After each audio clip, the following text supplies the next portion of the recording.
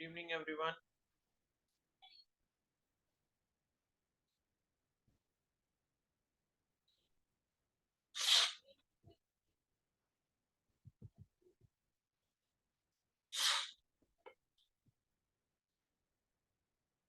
Good evening, Kamini. Good evening, Krishna. Good evening, Soumya. Good evening, Divya. Good evening, Reshma. Good evening, Kashish. Good evening, Kashish. Good evening, Sana. Good evening, Akhila. चलो ठीक है, next chapter start कर रहे हैं। तो ये जो chapter है ये हाइड्रोकार्बन्स है। ठीक है, तो इसमें हम एल्कीन, एल्कीन और एल्काइन की प्रॉपर्टीज और उनकी कुछ रिएक्शंस के बारे में पढ़ेंगे। ठीक है, तो ये वाला चैप्टर भी काफी इंपॉर्टेंट है, इसका यूज आपके आगे के चैप्टर्स में होगा।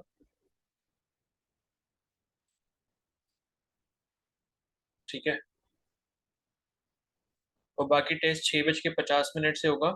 ठीक है, वैसे ही होगा कल जैसे, पीडीएफ में आपको भेज दूंगा। और 2 घंटे का टेस्ट रहेगा। ठीक है, मतलब ये है कि आ, मैं 9 बजे आपको लिंक भेजूंगा। ठीक है, 9 बजे भेजूं या ऐसा करता हूँ 8:40 पे भेजूंगा। ठीक है, 8:40 तक आपका टेस्ट रहेगा। एंड 8:40 से लेके 9 बजे तक आप जो है अपनी ओएमआर फिल करोगे, मतलब ऑनलाइन जो वो आपने फिल करना है आंसर। ठीक है, तो 6:50 से स्टार्ट होगा और 8:40 तक रहेगा। टोटल टाइम होगा आपका कितना, 110 मिनट। ठीक है, 1 घंटा 50 मिनट और टोटल 64 क्वेश्चन है।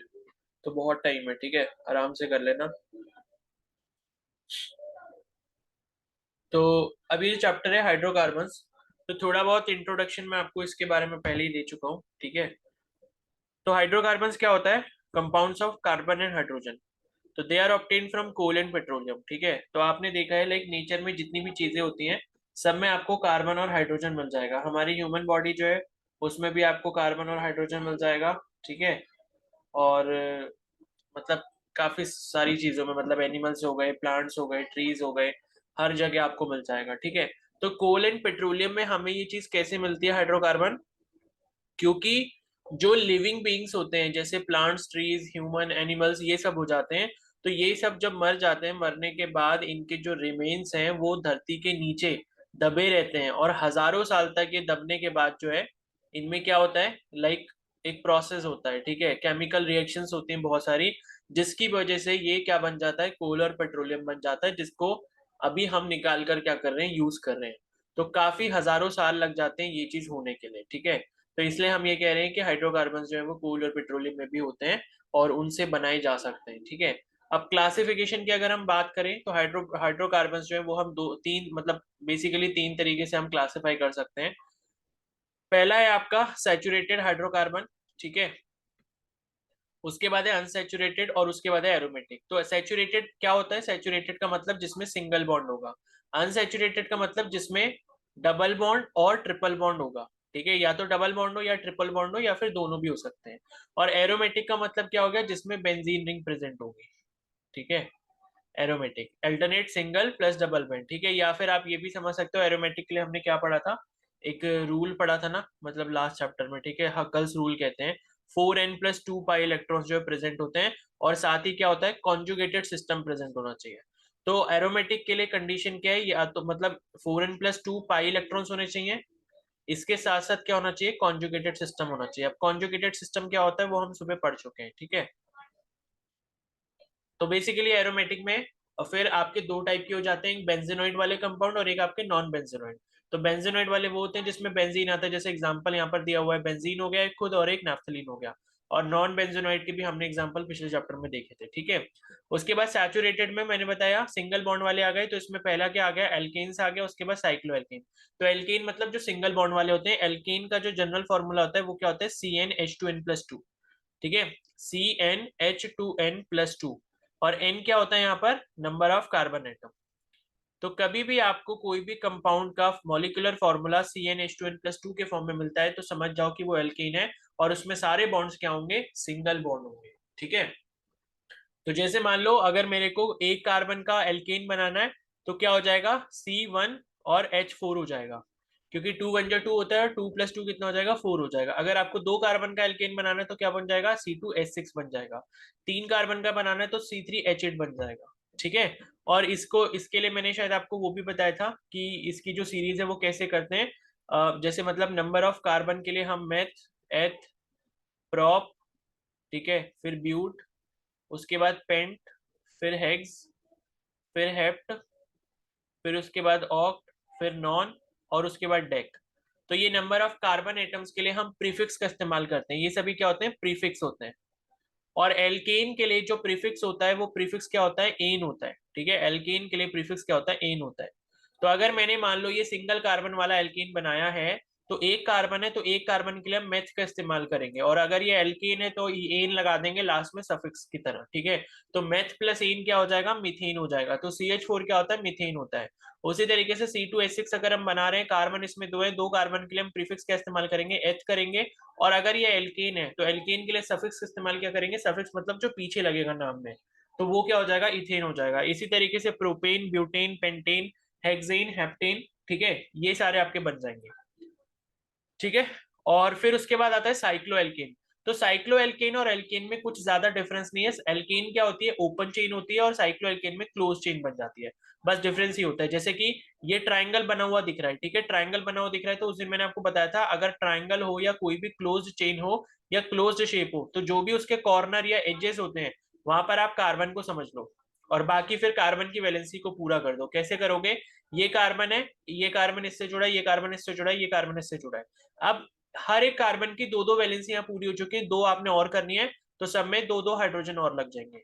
तो CH2 single bond, CH2 single bond, CH2 जब ये ट्राइंगल की फॉर्म में बन जाएगा तो इसको हम क्या कहेंगे, इसमें 3 कार्बन है तो ये क्या होता है, वैसे अगर ये ओपन चेन होता है तो प्रोपेन हो जाता, लेकिन अगर ये क्लोज चेन बन चुका है तो इसके आगे क्या लग जाएगा, साइक्लो लग जाएगा नाम में। तो ये क्या बन जाएगा, साइक्लोप्रोपेन बन जाएगा। ठीक है। इसी तरीके से नेक्स्ट आता है एल्कीन्स। तो एल्कीन्स का जो जनरल फॉर्मूला होता है वो होता है CnH2n, जहां पर n क्या होता है, नंबर ऑफ कार्बन एटम। ठीक है, तो CnH2n होता है, और इसमें कम से कम जो है एक डबल बॉन्ड होता है। ठीक है, तो CnH2n, और इनकी भी नेमिंग वैसी ही होती है, बस क्या होता है यहाँ पर सफिक्स जो है वो ईन इस्तेमाल होता है। अगर मान लो मैं क्या लिख रहा हूँ, पहला मतलब जो एल्कीन ग्रुप का पहला मेंबर है उसके लिए अगर मैं लिखूंगा तो कार्बन एक, और हाइड्रोजन क्या हो जाएगा, 2 × n, मतलब 2 × 1, तो क्या हो जाएगा ये आपका क्या बोलते हैं, एक सेकेंड, मतलब ये है कि यहाँ पर देखो आपको क्या चाहिए होगा, मतलब यहाँ पर मेथीन पॉसिबल नहीं है। ठीक है, मेथीन क्यों नहीं पॉसिबल है, क्योंकि अगर आप यहाँ पर CH2 बनाते हो तो CH2 में तो क्या होगा, डबल बॉन्ड हाइड्रोजन के साथ तो नहीं आ सकता। डबल बॉन्ड जब भी आएगा या ट्रिपल बॉन्ड जब भी आएगा वो कार्बन कार्बन के बीच में आएगा। तो यहाँ पर सिंगल कार्बन वाला जो एल्कीन है या फिर एल्काइन में भी वही सेम चीज है, सिंगल कार्बन का एल्कीन और एल्काइन पॉसिबल नहीं है। तो इनकी जो सीरीज है वो दो कार्बन से स्टार्ट होती है। तो अगर मैं n की वैल्यू 2 रखता हूँ तो कार्बन मेरे 2 हो जाएंगे, तो CnH2n के अकॉर्डिंग इसका जो फर्स्ट एल्कीन जो बनेगा वो क्या बन जाएगा, C2H4 बन जाएगा। और ये C2H4 की अगर आप नेमिंग करोगे तो कार्बन दो है, दो कार्बन के लिए हम H प्रीफिक्स इस्तेमाल करते हैं, और अगर ये एल्कीन है तो एल्कीन के लिए हम सफिक्स ईन इस्तेमाल करेंगे, तो इसका नाम क्या हो जाएगा, C2H4 का एथीन हो जाएगा। ठीक है, तो C2H4 का नाम क्या हो जाएगा, एथीन हो जाएगा। ओके। इसी तरीके से नेक्स्ट वाला क्या हो जाएगा, प्रोपीन हो जाएगा। तो प्रोपीन के केस में इसका फॉर्मूला क्या हो जाएगा, C3H6, CnH2n के H2n के अकॉर्डिंग। अगर कार्बन 3 है तो हाइड्रोजन उसके जस्ट डबल हो जाएंगे। ठीक है, तो ये आपके एल्कीन्स हो गए। उसके बाद नेक्स्ट आता है एल्काइंस। तो एल्काइंस का जो जनरल फॉर्मूला होता है वो क्या होता है, CnH2n-2 होता है। ठीक है, CnH2n-2। तो कार्बन यहाँ पर भी आपको दो से ही स्टार्ट करने पड़ेंगे, एक कार्बन का एल्काइन नहीं बन सकता। तो दो जब रखोगे कार्बन के तो ये क्या बन जाएगा, C2H, फिर 2-2, इस तरीके से बन जाएगा। तो ये कितना हो जाएगा, C2H, 2 × 2 कितना हो जाएगा, 4 हो जाएगा। 4 में से 2 क्या बचा, 2। तो ये क्या हो जाएगा, C2H2 हो जाएगा। ठीक है, C2H2 हो जाएगा। तो C2H2 जो होता है ये आपकी पहली एल्काइन ग्रुप का मेंबर होता है, और इसका नाम क्या हो जाएगा, इथाइन हो जाएगा। क्योंकि एथ हम दो कार्बन के लिए इस्तेमाल करते हैं, और एल्काइन के लिए जो प्रीफिक्स वो सफिक्स जो इस्तेमाल होता है वो आइन होता है। तो इथाइन इसका नाम हो जाएगा। और इसका एक कॉमन नेम भी होता है जिसको हम कहते हैं एसिटिलीन। ठीक है, तो कोई ये बता सकता है कि एसिटिलीन गैस का इस्तेमाल हम कहाँ पर करते हैं, बताओ, पता है किसी को? ये आपने जो है बायो के एक चैप्टर में भी पढ़ा था, जो एसिटिलीन गैस होती है। प्लांट ग्रोथ एंड उसमें क्या बोलते हैं, पीजीआर वाले चैप्टर में। बताओ, एसिटिलीन गैस का क्या इस्तेमाल होता है पेड़ पौधों में? सर फ्रूट की राइपनिंग में। हाँ ठीक है, ये फ्रूट की राइपनिंग के लिए इस्तेमाल होता है, मतलब फलों को पकाने के लिए, फ्रूट राइपनिंग। ठीक है, पीजीआर वाले चैप्टर में आपने ये पढ़ रखा है, एसिटिलीन गैस किस लिए इस्तेमाल होती है। तो ये फ्रूट राइपनिंग के लिए इस्तेमाल की जाती है, आर्टिफिशियली भी हम इससे कर सकते हैं। आपने देखा होगा फल वाले जो होते हैं वो क्या करते हैं, पेटी में फल भर के रख देते हैं और उसमें ये मतलब कुछ पाउडर डालते हैं जिससे वो मतलब वो जो डालते हैं वो बेसिकली क्या होता है, आई थिंक कैल्शियम कार्बाइड होता है। ठीक है, तो उसमें हल्का सा वाटर का डाल के, छीटा वीटा डाल के, उससे एसिटिलीन गैस रिलीज होती है। वो एसिटिलीन गैस क्या करती है, फलों को पका देती है। तो फलों को जल्दी पकाकर बेचने के लिए फल वाले इस चीज का इस्तेमाल करते हैं। ठीक है, तो ये इसका जो स्ट्रक्चर है वो कैसा हो जाएगा, CH ट्रिपल बॉन्ड CH। ठीक है, तो ये हो जाता है आपका इथाइन। तो ये बात हो गई इनके क्लासिफिकेशन की। ठीक है, अब उसके बाद हम एल्केन्स के बारे में कुछ प्रॉपर्टीज पढ़ेंगे। तो एल्केन्स क्या होते हैं, सैचुरेटेड होते हैं, ओपन चेन हाइड्रोकार्बन होते हैं, और इनमें सी सिंगल बॉन्ड होते हैं। ठीक है, जनरल फॉर्मूला ये हो गया, ये हमने देख ही लिया। ठीक है, सैचुरेटेड होते हैं, सिंगल बॉन्ड्स होते हैं सभी। और उसके बाद है in alkanes tetrahedral are joint together in which. ठीक है, तो क्या होता है कि कार्बन कार्बन की जो सिंगल बॉन्ड की लेंथ होती है वो 154 पिकोमीटर होती है, और कार्बन हाइड्रोजन की जो सिंगल बॉन्ड की लेंथ होती है वो 112 पिकोमीटर होती है। तो ये लेंथ को आप याद रख सकते हो, इस पर बेस क्वेश्चन आपसे पूछ सकते हैं। ठीक है, तो ये इंपॉर्टेंट है। और नॉमेनक्लेचर ये सब मैंने आपको बताया ही था उस दिन, और अभी भी मैंने बता दिया कि नेमिंग वगैरह कैसे करनी होती है। आइसोमेरिज्म भी हमने देखा था। अब यहाँ पर आइसोमेरिज्म किस किस टाइप के आपको मिल सकते हैं वो यहाँ पर लिखा है। ठीक है, तो ये IUPAC नेमिंग करने का तरीका बताया हुआ है, उस दिन मैंने आपको एक्सप्लेन कर दिया था कैसे करना होता है। बाकी जितने क्वेश्चंस आप प्रैक्टिस करोगे उतने अच्छे से आप IUPAC नेमिंग सीख पाओगे। ठीक है, और आइसोमेरिज्म हमको इसमें देखने को मिलता है, जैसे उस दिन मैंने आपको एन ब्यूटेन और आइसोब्यूटेन का स्ट्रक्चर दिखाया था। ठीक है, तो वो एल्कीन का ही एक एग्जाम्पल था जिसमें आइसोमेरिज्म हमको देखने को मिल रहा था, और वो क्या था, चेन आइसोमेरिज्म था। ठीक है, तो ये इंपॉर्टेंट है कि एल्केन्स में कौन कौन से टाइप के आइसोमेरिज्म होते हैं। Alkane show structural, position and chain isomerism. ठीक है, तो अगर क्वेश्चन आता है कि एल्केन्स में किस किस टाइप के आइसोमेरिज्म पॉसिबल है, तो स्ट्रक्चरल वाला, पोजीशन वाला और चेन वाला, तो ये तीन टाइप के आइसोमेरिज्म जो है वो पॉसिबल हो सकते हैं। ठीक है, तो difference in properties is due to difference in their structure and chain of carbon atom. तो based upon the number of carbon atom attached to carbon atom, the carbon atom is termed as primary, secondary, tertiary और quaternary. ठीक है, तो ये primary, secondary, tertiary ये चीज क्या होती है, इसका मतलब ये होता है कि भाई जो आपका मेन मतलब कार्बन एटम है या जिसके साथ आपका कोई फंक्शनल ग्रुप जुड़ा होगा, ठीक है, तो वो आपका कार्बन कौन सा हो जाता है, 1 डिग्री कार्बन हो जाता है। अब इससे जो मतलब जुड़ा होगा, या फिर आप ऐसा समझ सकते हो कि ये कार्बन हो गया, मान लो इससे कोई भी आगे फंक्शनल ग्रुप वगैरह जुड़ा होगा, और इससे ये वाला जो कार्बन जुड़ा है, ठीक है, तो ये आपका क्या हो गया, 1 डिग्री कार्बन हो गया। अब मान लो इससे कोई और जुड़ा होगा आगे, ठीक है, तो वो आपका 2 डिग्री कार्बन हो जाएगा। और इसी तरीके से टर्शरी का मतलब ये है कि मतलब आप ये समझ लो 1 डिग्री, 2 डिग्री, 3 डिग्री, जैसे आपने कार्बोकेटाइन के बारे में पढ़ा था। ठीक है, तो ये जैसे मान लो कि ये कार्बन है, अगर मान लो ये सिंगल चेन कार्बन है, ठीक है, तो ये सिंगल चेन अगर कार्बन है तो ये 1 डिग्री कार्बन हो गया। ठीक है, अगर मान लो यही कार्बन में आप दो कार्बन की चेन्स निकाल देते हो, तो ये आपका ये वाला जो कार्बन है वो क्या हो जाएगा, 2 डिग्री हो जाएगा। और कार्बन में अगर आप ये तीन कार्बन की चेन्स निकाल देते हो तो 3 डिग्री हो जाएगा। ठीक है, इसी तरीके से 4 डिग्री कार्बन भी हो सकता है। तो उसके बाद है terminal carbon atoms are primary, carbon attach to 2 carbon atom is known as secondary. ठीक है, वही चीज सेम चीज बताइए। And tertiary is attach to 3 carbon atom. तो कोई कार्बन एटम अगर 3 कार्बन एटम से इस तरीके से जुड़ा होगा तो वो आपका टर्शरी हो जाएगा। और क्वाटरनरी क्या होगा, मतलब कि एक कार्बन एटम है, इसके चारों तरफ जो है 4 कार्बन एटम इस तरीके से जुड़े हुए हैं, तो ये वाला जो कार्बन एटम है ये आपका 4 डिग्री हो जाएगा, या क्वाटरनरी कार्बन एटम हो जाएगा। ठीक है, अब उसके बाद है यहाँ पर स्ट्रक्चर के बारे में आपको बताया हुआ है, जैसे मीथेन मॉलिक्यूल का स्ट्रक्चर है, तो ये इंपॉर्टेंट है मीथेन मॉलिक्यूल का स्ट्रक्चर।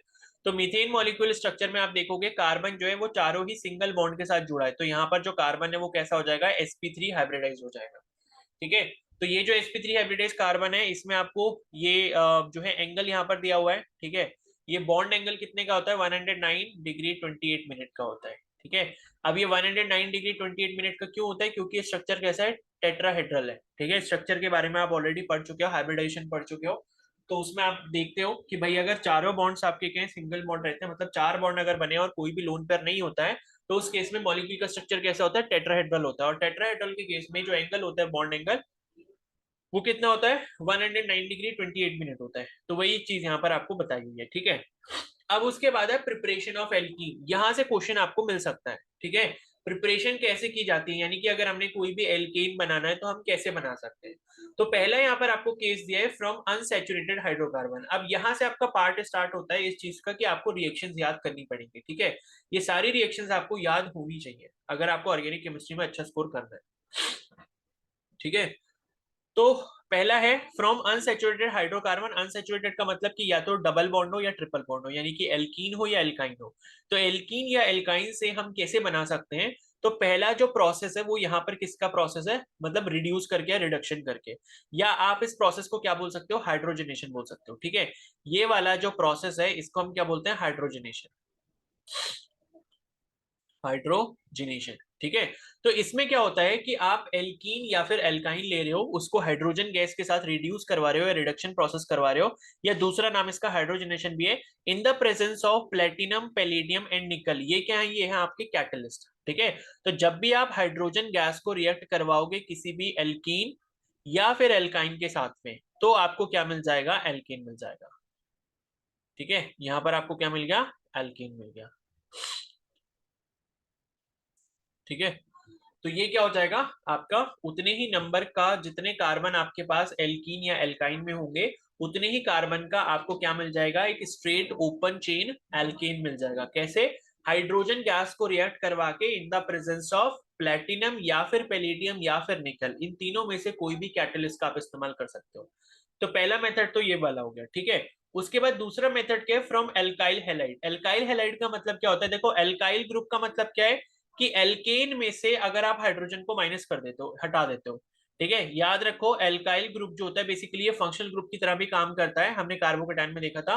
तो एल्काइल ग्रुप जो होता है वो कैसे बनता है, एल्काइल ग्रुप ऐसे बनता है जब आप किसी एल्केन में से क्या करते हो, एक हाइड्रोजन को रिमूव कर देते हो। ठीक है, जैसे मान लो CH4 है, तो CH4 में से अगर मैं एक हाइड्रोजन को माइनस कर दूं तो क्या बचेगा, CH3।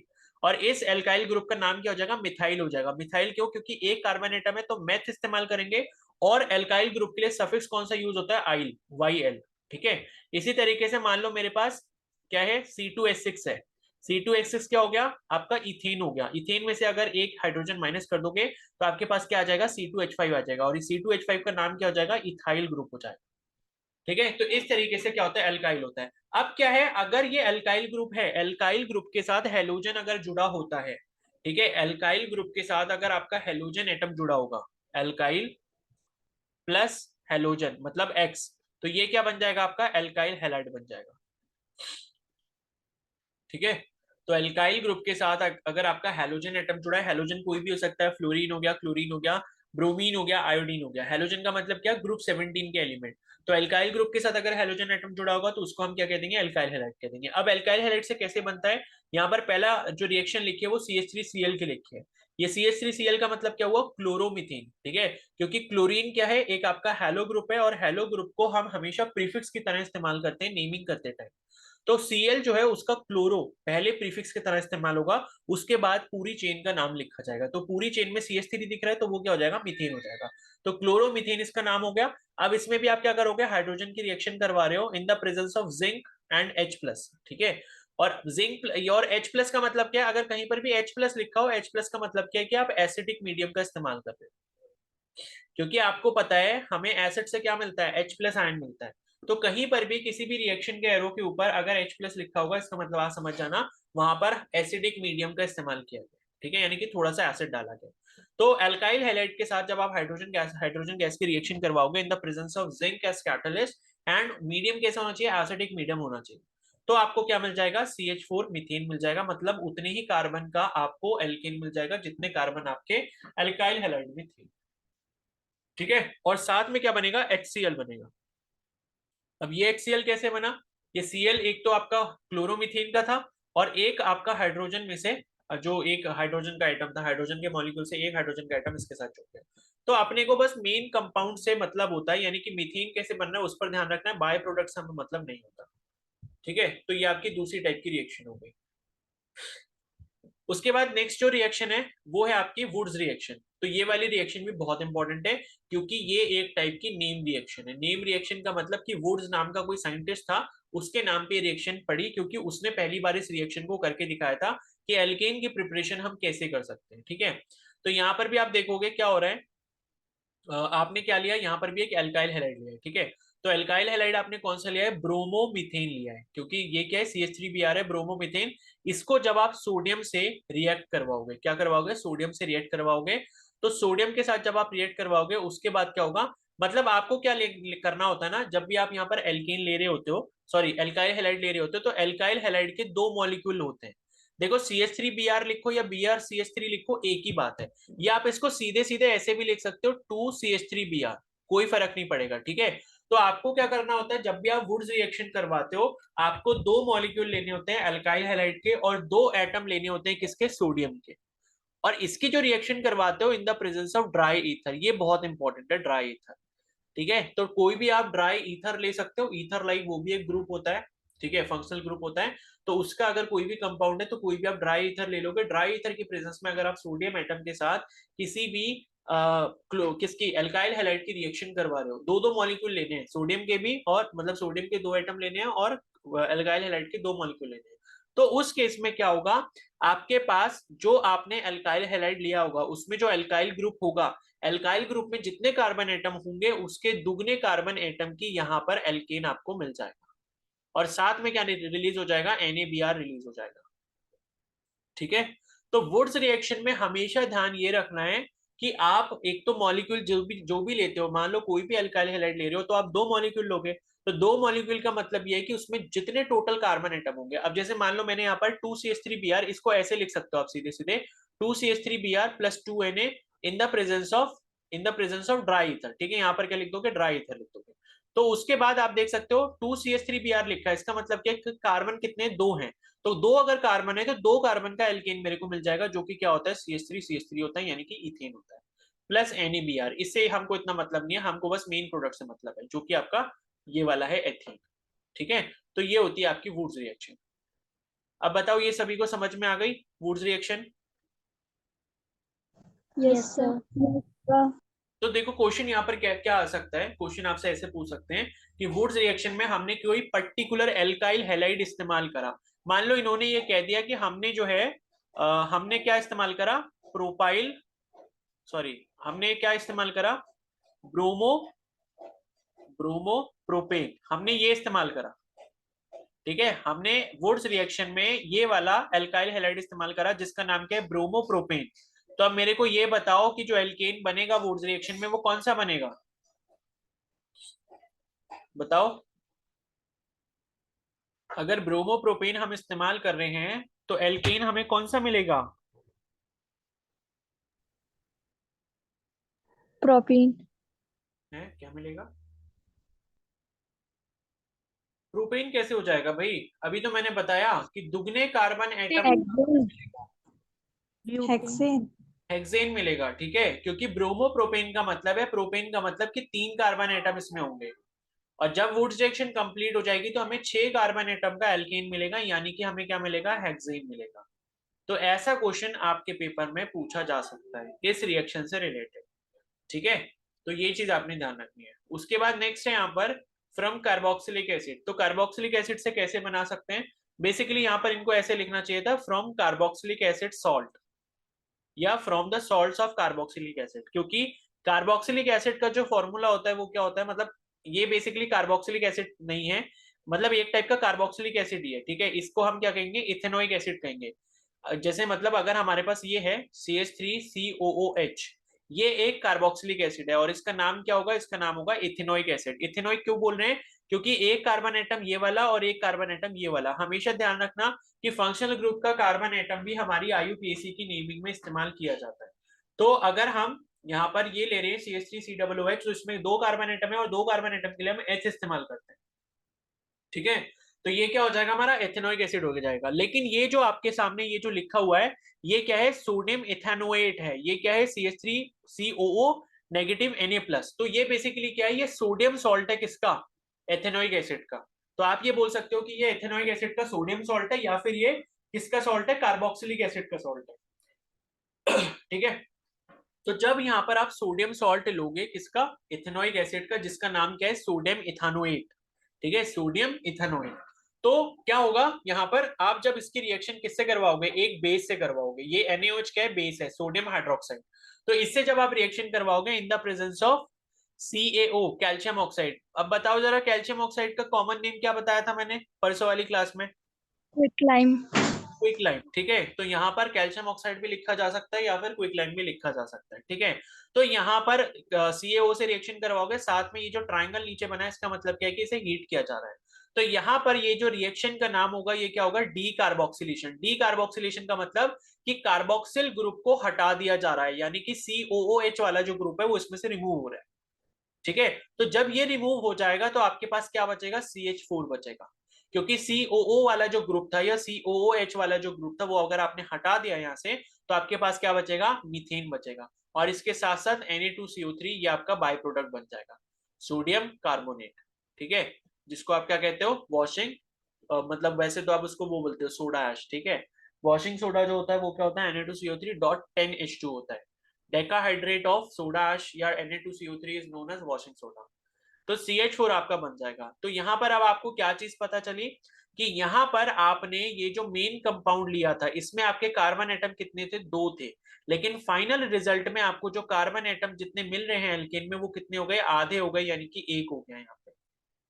ठीक है, तो अब यहाँ पर आपसे क्वेश्चन कैसे पूछा जा सकता है, कि मान लो हम जो है किसकी रिएक्शन करवा रहे हैं, हम करवा रहे हैं सोडियम सोडियम ब्यूटेनोएट।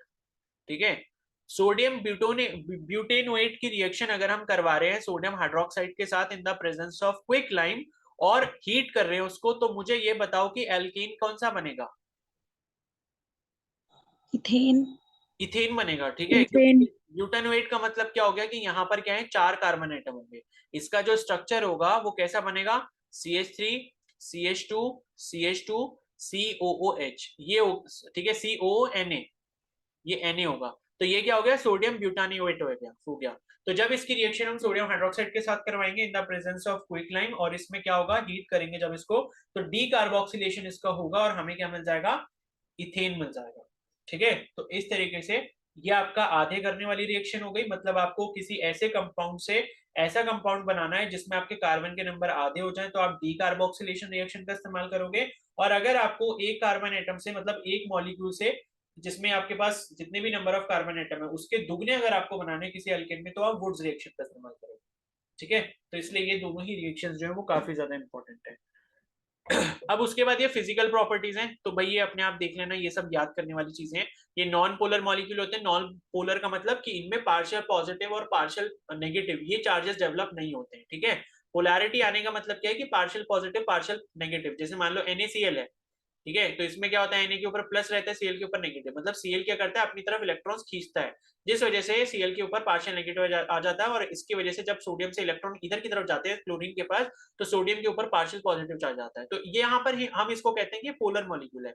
तो नॉन पोलर का मतलब कि यहाँ पर चार्जेस डेवलप नहीं होते हैं। ठीक है, तो उसके बाद नेक्स्ट है यहाँ पर, due to the weak forces the first 4 number C1 to C4 are gases. ये चीज इंपॉर्टेंट है, इस पर क्वेश्चन पहले पूछा गया है। ठीक है, नीट में भी क्वेश्चन है। तो ये ध्यान रखो कि मीथेन से लेके ब्यूटेन तक सारी क्या है, गैसेस हैं। और C5 से लेकर C17 तक के जितने भी एल्केन है वो सारे क्या है, लिक्विड्स हैं। और जिनमें 18 कार्बन है या उनसे ज्यादा है वो आपके सॉलिड्स हैं। कब, 298 केल्विन। 298 केल्विन बताओ कितने डिग्री सेल्सियस होता है, बोलो। 298 kelvin is equal to how many degree Celsius,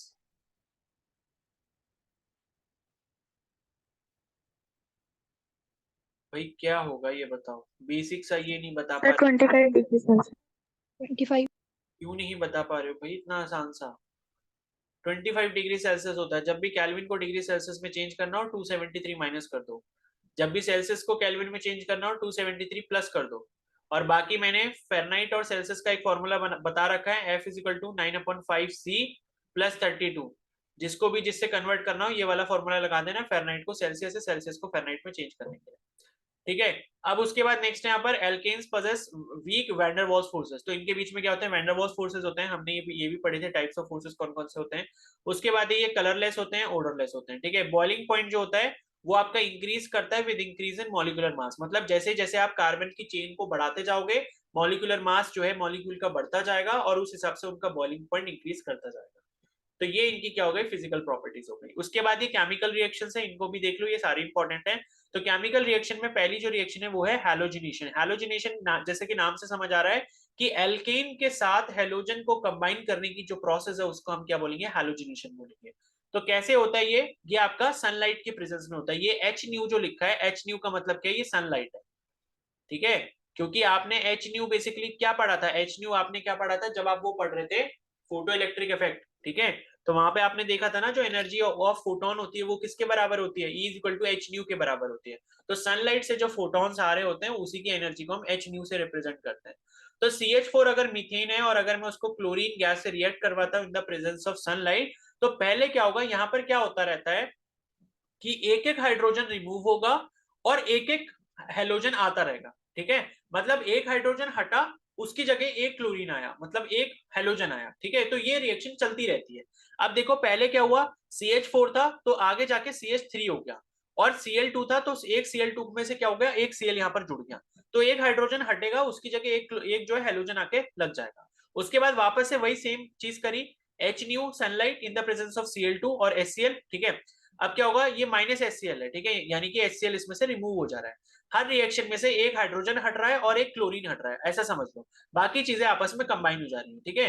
तो जैसे मान लो ये CH4 था प्लस Cl2 था, तो इसमें से एक H गायब हुआ, इसमें से एक Cl गायब हुआ, बाकी को जोड़ दो, क्या बचा, CH3Cl बचा। ठीक है। अब इसके बाद वापस वही सेम चीज एच न्यू लिखा आपने और उसके साथ क्या लिखा, प्लस Cl2 लिखा।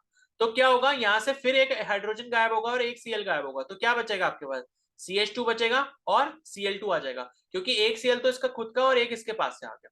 तो ये देख सकते हो आगे क्या आ गया, CH2Cl2 आ गया। उसके बाद फिर से आपने Cl2 और H न्यू के प्रेजेंस में रिएक्शन करवाई, तो एक हाइड्रोजन फिर हटेगा यहाँ से और एक Cl फिर हटेगा यहाँ से, और एक जो Cl2 में से Cl है वो आ जाएगा, मतलब Cl2 का Cl2 पूरा आ जाएगा यहाँ पर। ठीक है। तो ये क्या बन जाएगा, CHCl3 बन जाएगा।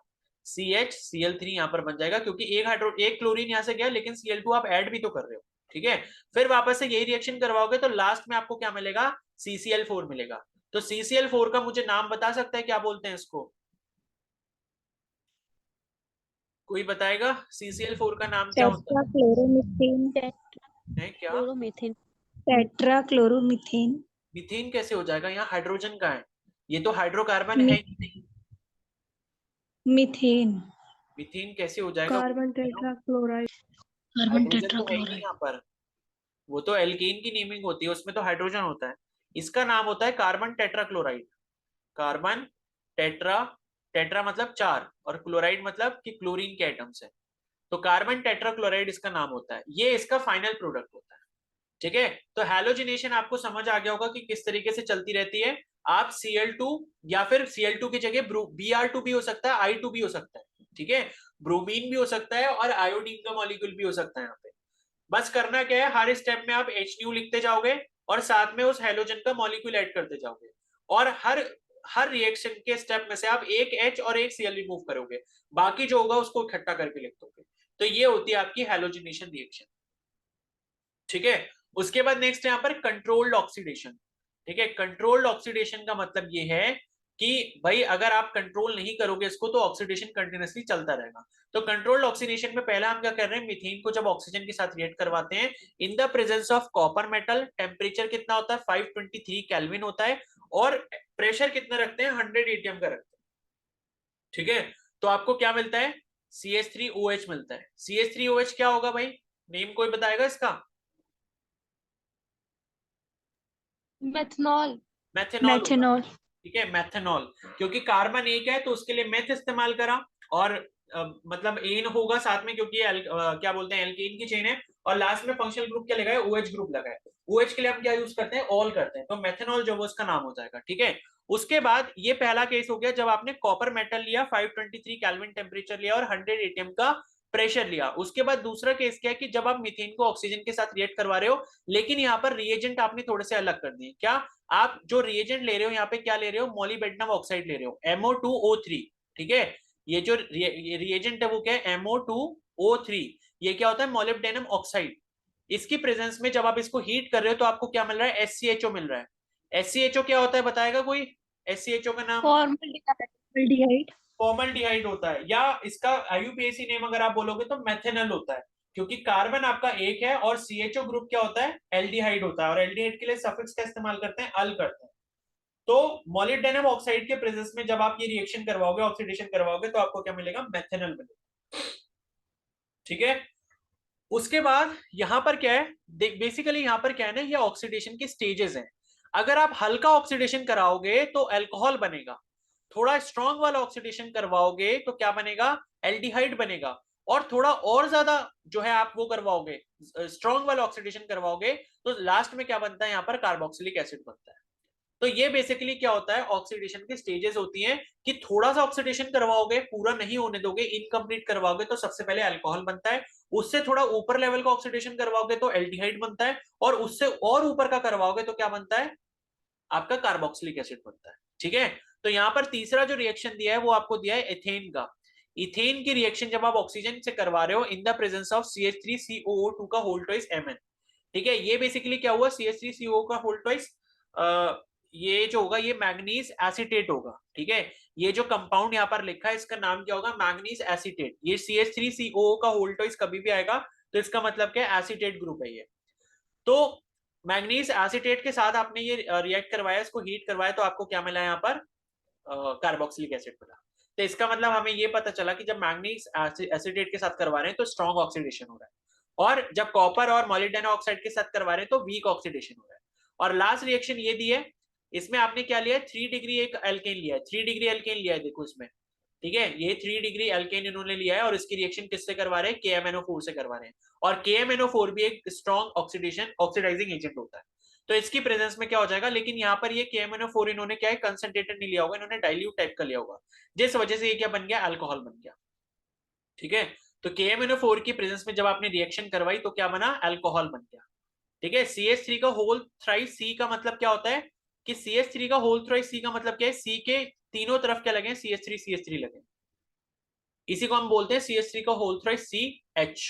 ठीक है, और इसकी रिएक्शन जब आप KMNO4 से करवा रहे हो ऑक्सीजन की प्रेजेंस में, ऑक्सीजन की रिएक्शन करवा रहे हो KMNO4 की प्रेजेंस में, तो आपको अल्कोहल मिलेगा।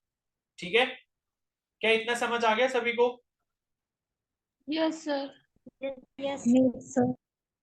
ठीक है, तो अब इसके बाद जो है कल सुबह कंटिन्यू करेंगे, और अभी आपका 6:50 से टेस्ट है, तो आपके पास 5 मिनट का ब्रेक है। ठीक है, तो आप पानी वगैरह पी सकते हो, और 6:50 से मैंने बता दिया 8:40 तक रहेगी डेडलाइन, 8:40 तक आपको पेपर कर लेना है पूरा, और 8:40 पर जो है मैं आपको गूगल फॉर्म का लिंक भेज दूंगा, 9 बजे तक वो एक्टिव रहेगा। 9 बजे